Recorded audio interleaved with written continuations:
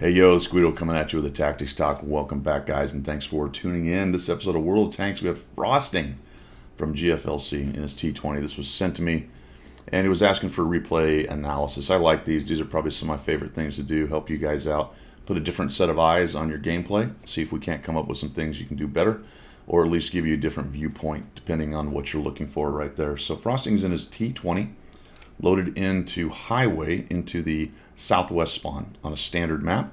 There's no encounter for this map, right? I'm pretty sure there's no encounter. And he is going to look like he's heading up into the northwest with his T20. He's bottom tier, but there's only 2 tiers. So he's a tier 7 in a 2-tier battle in a medium on Highway.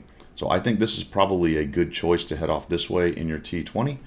A lot of times I'll take my mediums into the brawling areas, you know, down in the city down here. But looking at this with a Defender, an IS-3, Tiger 1, T29, it looks to me like he'd probably do a little bit better out in the field.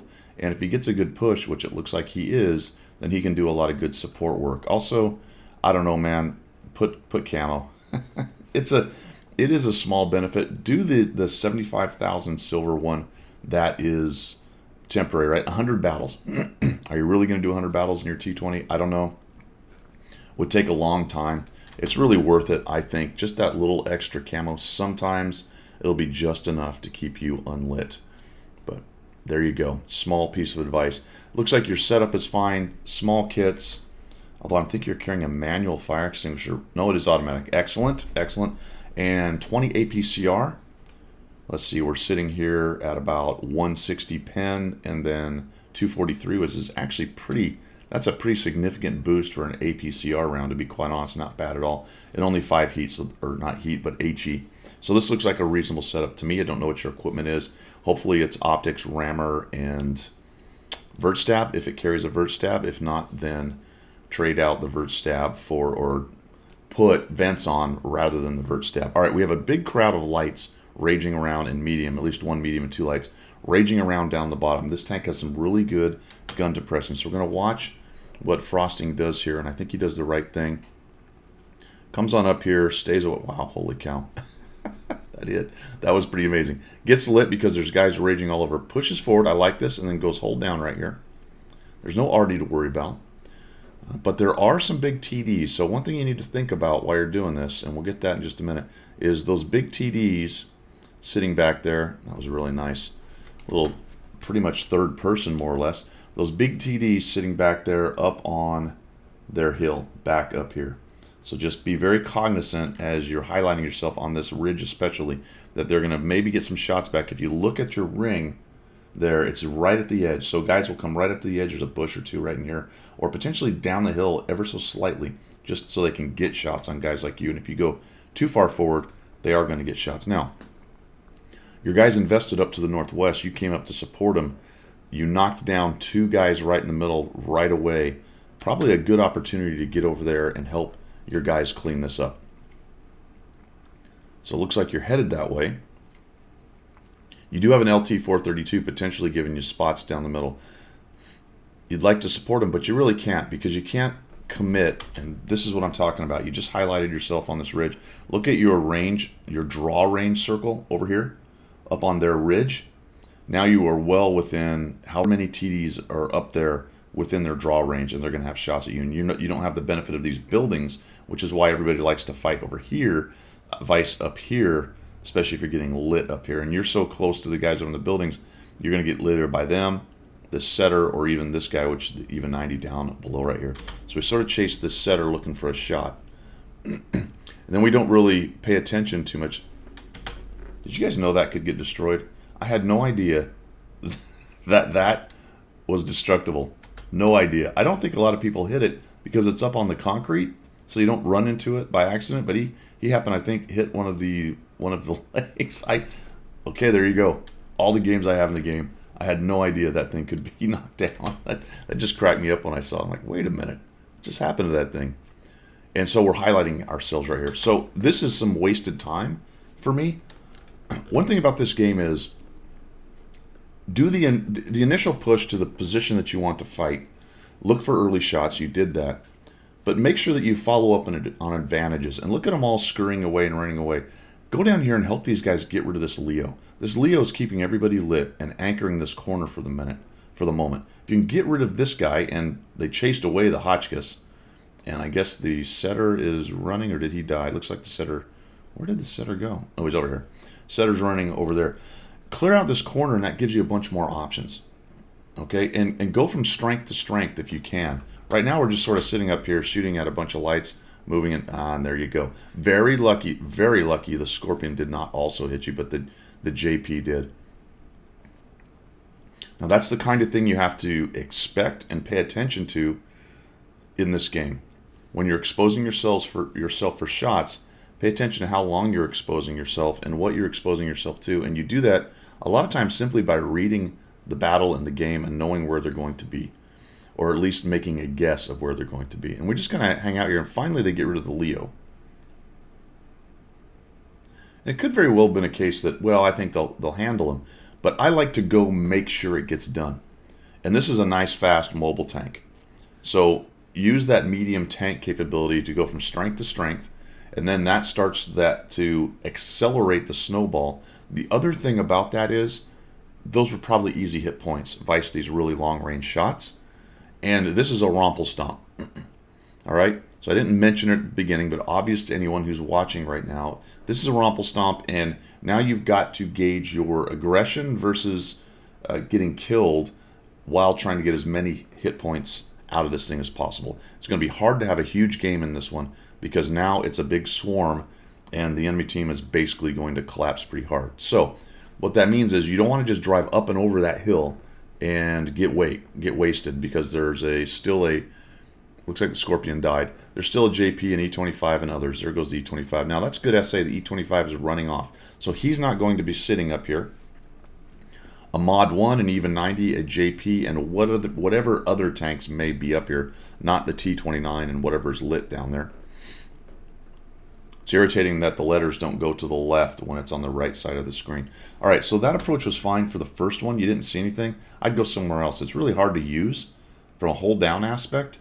It was nice to use for keeping unlit, but now you're starting to get guys come up over here. I would have gone over to the left side where the Centurion is. I don't like the approach here, because if they come up on the ridges and these bushes, or come up over here, they're going to have shots on your side, or even up over where the tracks are. This area where the tracks go through, right through here, they can come up and over that, and they'll have shots on you down in here. That's why this is just a very exposed place. Not a huge fan of this. I'd be over where the Centurion is, or potentially into this lower area to your right where you can at least use the hold down. That's where you end up going.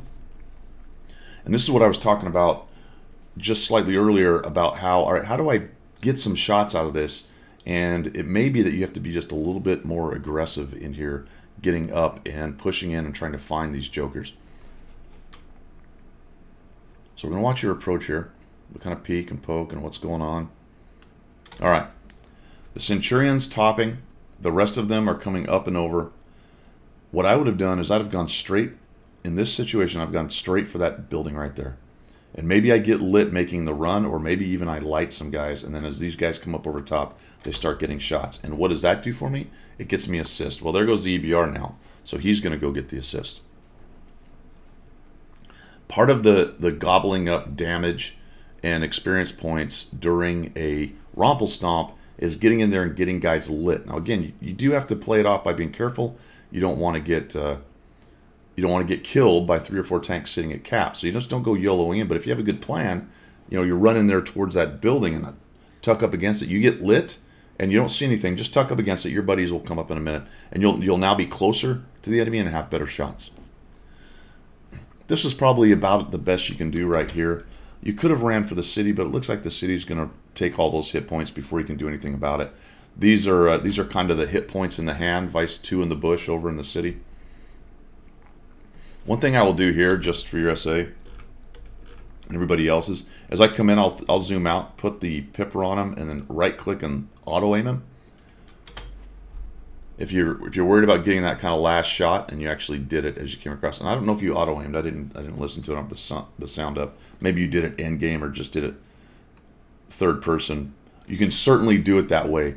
But one of the reasons why I like to do the auto-aim, especially if I'm trying to sneak that last shot in, is it just lets me, as soon as my gun clears, fire.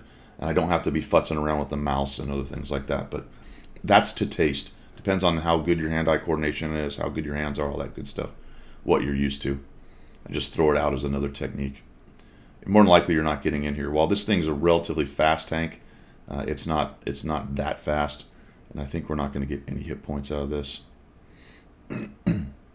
But I like what you're doing. You're still going. You're not sitting in the back going, yeah, whatever, or like the IS sitting on the cap. Now, the IS had even less chance of getting there than you guys did, so I guess I can sort of understand him. But at least you didn't, in a medium, go back to the cap and sit there and go, oh, I can't get the hit points. You never know.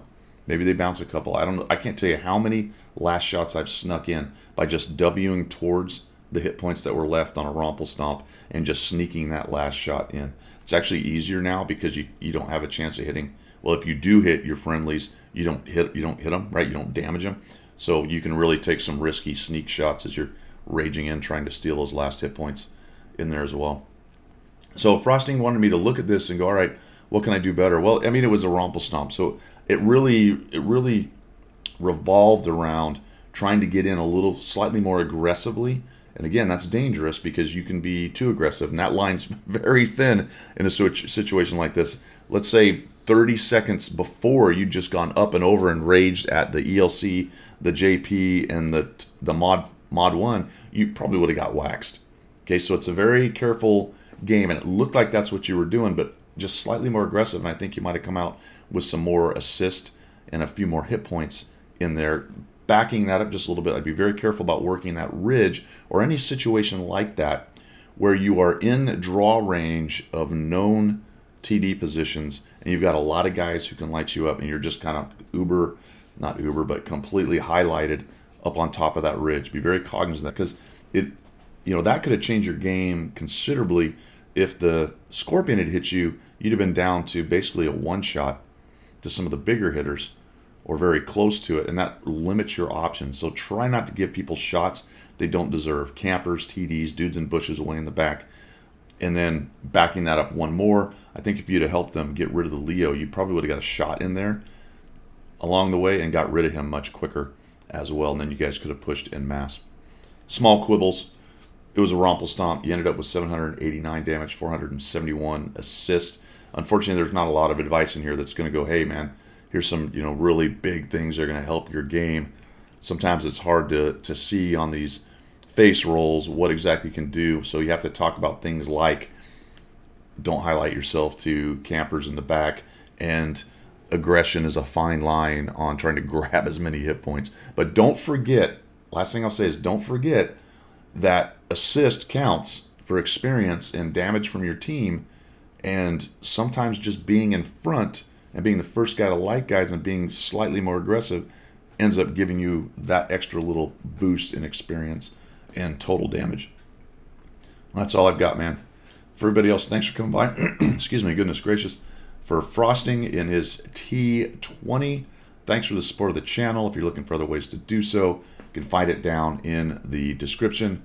We will see ya.